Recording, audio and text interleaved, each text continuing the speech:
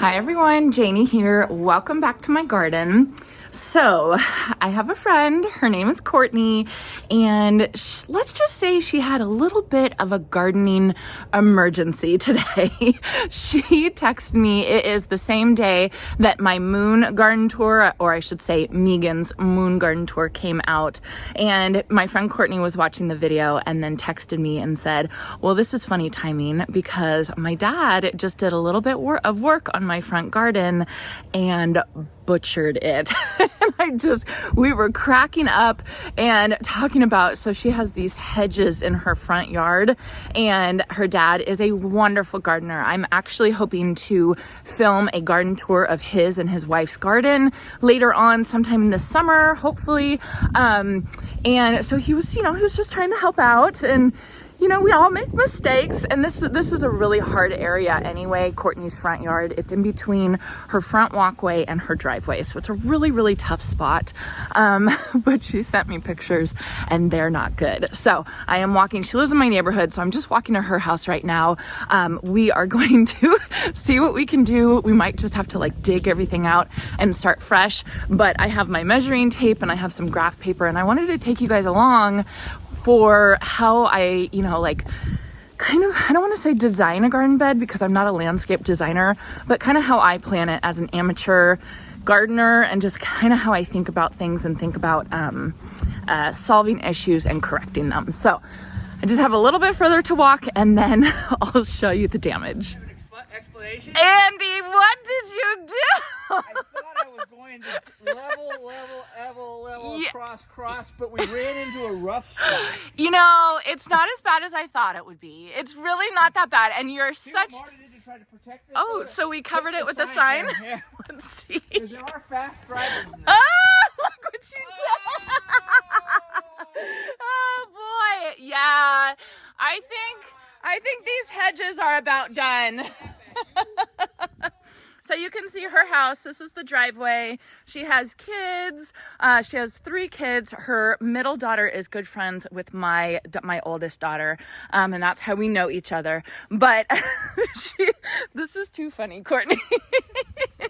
So it's not horrible. It would probably grow in, but we've been thinking about redoing this anyway. So yeah, I think it's a good time, Andy, to redo it. Don't you think? I absolutely do. You know what they say about too many cooks spoil the stew? Uh-huh. Well, I did mine, and then they get in, they whack. You contributed. You completely contributed. For the overall first part, absolutely. Nice. All on me. Hey, when are we coming to see your garden? Whenever you're ready. I'm ready. Okay. I want to come see your garden soon. We'll work on this and then succulents too. Oh yeah. Courtney's mother, she does succulents as well. I've seen pictures. The garden is incredible. So we can't blame you for this. We try. It was a nice try. I think the hedges were about done anyway, so I'm gonna measure it, see where it's at, and then maybe we'll make a couple plans. Okay, Courtney's mother and father are so awesome. He is so sweet to take a joke about all of this. We're completely joking with him. It's not his fault. Courtney has been talking about getting rid of this hedge for a really long time. I think his hack job was the nail in the coffin for her though, which is good for me because now I get to play with her garden a little bit. So here's kind of a view. I put the sign up right there just to cover her address, just so we can't see it. She has a beautiful house, but some of it is, I don't know, a little bit, it's older.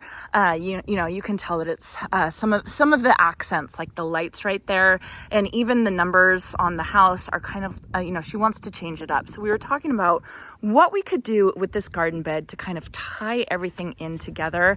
And I think it will be actually really easy to do. I think it'll be really fun. So when I came over here to kind of look at the area, the first thing I did is I measured. I'm going to make a shadow so you guys can see it. Really, really easy. I just had graph paper. This is what it looks like. I measured the long way, which is about 17 feet. And then each section, there's actually sections. There's a narrow section, wider section, narrow section, wider section.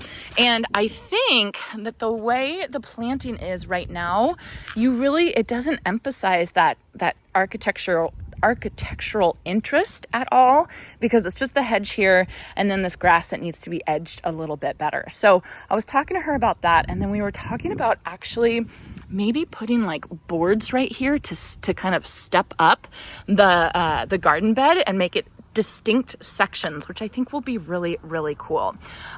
There's Wally, her dog. He's such a good boy. So what we were thinking is we were thinking of putting some height up here. That's the first thing I was thinking about. And I wanted it not to match this tree over here.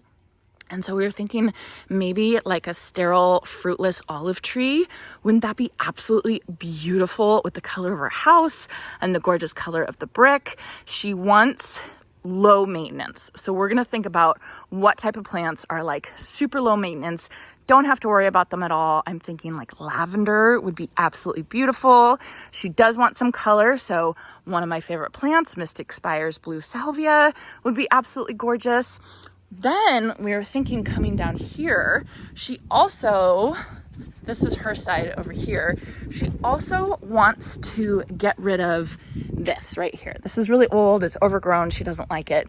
So we were thinking about taking out this, putting like a square charcoal black modern looking pot right here, flanking it on the other side right here. So both sides of her driveway is flanked with these pots. Maybe she can put some succulents or something in there.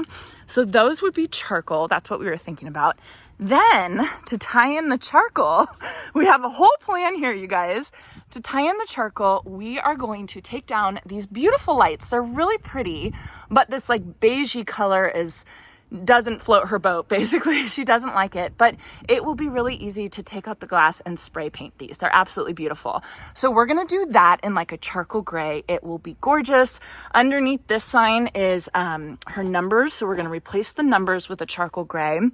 And then there's over here, there's these two pots right here that we were thinking about spray painting a charcoal gray, which would be really pretty as well. Maybe doing that one as well. So that will kind of bring everything in. Then she has this blank wall, and you guys know how I love blank walls and doing something. So we thought maybe doing some wire trellises, like 3 wire trellises with some star jasmine climbing up there. I think that is going to be part 2 of this, just to kind of save on cost and not go all out. But this is just kind of what we were thinking and planning for, starting with this garden bed and then going absolutely crazy from there. So when I do something like this, somebody calls me and says, "Oh, can you help me?" First thing I do, take a look at it, measure it out, just so that I can, when I start looking up specific plants, I can figure out exactly what size and width I'm going to be looking at, and then start thinking of the theme. Low maintenance, kind of modern, really pretty, some blooms, but mostly differences in foliage color is kind of what she's looking at. She's calling it natural, right? And I think that what she's trying to say is she really likes foliage color. So we were even talking a little bit about coleus and the different, like a sun coleus and the different leaf colors and foliage colors of the coleus, I think would be absolutely gorgeous. All right, you guys, so I am back at home, sitting outside, hanging out in this gorgeous weather and thinking and planning more about Courtney's emergency gardening project. That's what I'm going to call it. So I got the initial measurements when I was there. I just sketched it out and wrote it down, but then I came back home and I wrote it out to scale. I should put quotes around that, to scale. I have one of those drafting rulers where it actually will put it exactly to scale. I don't love using it. It's math. It's like too much. So all I do is that I use graph paper, and then I made 1 square for 5 inches basically, and that made her whole garden bed fit absolutely perfect on this graph paper. I think the simpler you can keep it, the better. The important thing I think about planning though is having the right spacing so that you know if the plant you're choosing is going to be way too big for that area or if it's actually surprisingly going to fit really well. So like I was saying, we were thinking about a dwarf sterile fruitless olive tree, in the back, I was looking at little Ollie dwarf olives from Monrovia, and it's going to fit absolutely perfectly. And you can prune olive trees, so I think that that's the right choice for her. I think it's going to be absolutely beautiful. So let me turn the camera around and show you guys a little bit more of my plans for the emergency garden bed. Okay, so hopefully you guys can see this okay. I did it in pencil. Basically, here is her long, thin garden bed. Super interesting. Here is the walkway right here, and it basically is 4 sections. Narrow section, wider section, narrow section, wider section. And I think that we're going to divide those up accordingly and basically put a board right there so that each section is a different level. I think that that will really separate it out, and then like really highlight the interest of her walkway. I think her walkway is really cool. She loves it as well. And right now it's just basically like hidden by the overgrown hedge and the overgrown grass. So I think that separating the levels will be absolutely beautiful. So working from the top closest to the house, I thought a little Ollie dwarf olive, I'll put a picture on the screen right now. I thought that that would be absolutely beautiful. It's going to be so happy. It likes full sun. It likes the heat. Her front yard is south facing, so it's going to be so very happy in that spot. So I'm really excited about that. Then as a step down, a couple of the plants I was thinking, Spanish lavender, I think would be absolutely gorgeous there. Maybe flanked with some lemon coral sedum for that chartreuse green color. And then I thought a purple trailing lantana as a ground cover, I thought would be really pretty. I will have to ask her about that because she will have to prune it and kind of keep it in check, but I don't think she's worried about that. Then I was thinking of the Mystic Spires blue salvia that I love so much, but that might be a little too wide for these narrow parts. These narrow parts are only 18.5 inches wide.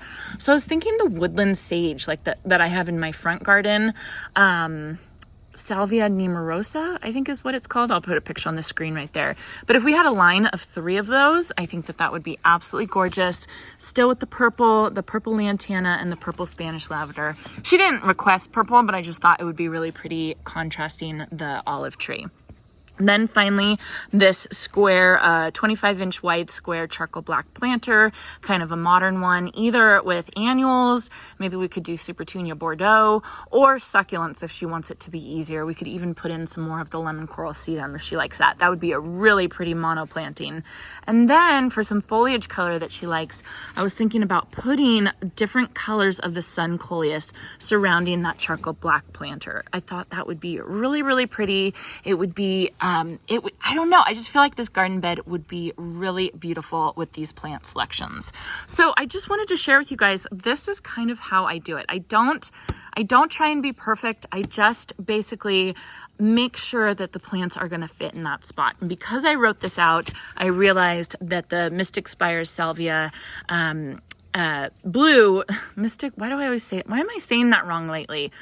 Mystic Spires blue salvia would be too wide, which is why I switched it to the woodland sage, which I think will be just as pretty. So I will go over this plan with her, make sure her and her husband like everything that we picked out, and then hopefully Courtney and I can go to the plant store, Green Acres, sooner rather than later and start getting this planted up. I'm a little worried about removing that hedge. I think it should be fine. I'll get Jason to help and I'll get her husband to help, but I'm also going to get a quote to see if I could just hire somebody to come take it out. You know, if it's cheap enough, maybe it'll be better if we could just do that. I'm trying to keep this as cheap as possible for her, which is why we're going to spray paint the lights and just make it easy for her. You know, she has kids, she doesn't have time to deal with any of this stuff.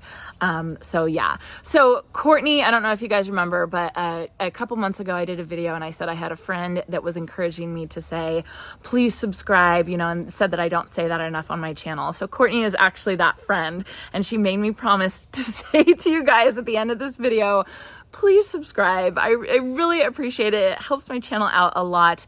And by subscribing, you guys will be able to see the continuation of Courtney's emergency gardening project take place. So I hope you guys enjoyed this. Let me know if you have any questions about my planning process. Again, I am not a landscape designer. I have no certifications other than my Master Gardener certification. I just love doing this. So I hope you enjoyed this, and I hope you all have a chance to get in your garden today.